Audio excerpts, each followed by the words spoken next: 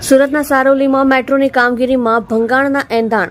Saroli road પર બ્રિજનો span નમ્યો, રસ્તો બંધ. સુરતમાં છેલ્લા ઘણા સમયથી મેટ્રોની કામગીરી પૂરજોશમાં ચાલી રહી છે, ત્યારે મેટ્રોની કામગીરી દરમિયાન મોટી દુર્ઘટના રહી ગઈ હતી.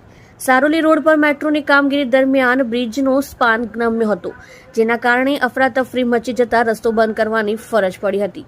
અધિકારીઓ પહોંચ્યા. મેટ્રો જે સ્પાન નમી ગયો છે ત્યાં હવે અધિકારીઓનો કાફલો પહોંચી રહ્યો છે. સુરત શહેરનો ખૂબ જ મહત્વાકાંક્ષી પ્રોજેક્ટ પૈકીનો એક મેટ્રો પ્રોજેક્ટની કામગીરીને લઈને છેલ્લા ઘણા સમયથી અનેક પ્રશ્નો સર્જાઈ રહ્યા છે. મેટ્રોની કામગીરી દરમિયાન ટેકનિકલ રીતે ખૂબ મોટી બેદરકારી સામે આવી રહી છે.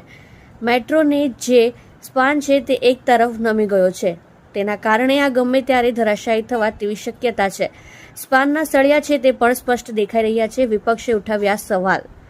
મેટ્રોની કામગીરી દરમિયાન બ્રિજનો સ્પાન નમતા આમ આદમી પાર્ટીના નેતા અને સુરત મહાનગરપાલિકાના વિપક્ષના નેતા પાયલ સાકરિયાએ કહ્યું કે કરોડોના ખર્ચે કામગીરી ચાલી રહી છે, ત્યારે હલકી ગુણવત્તાવાળું મટીરીયલ વાપરવામાં આવતું હોવાના કારણે આ પ્રકારની સ્થિતિ સર્જાય છે. Traffic divert.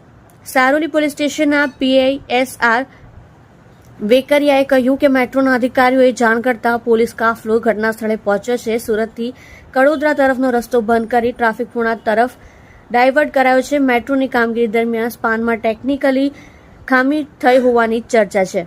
સત્ય માટે હંમેશા સત્યની સાથે જોડાઈ રહો. આર સુરત ન્યૂઝ ચેનલની સાથે.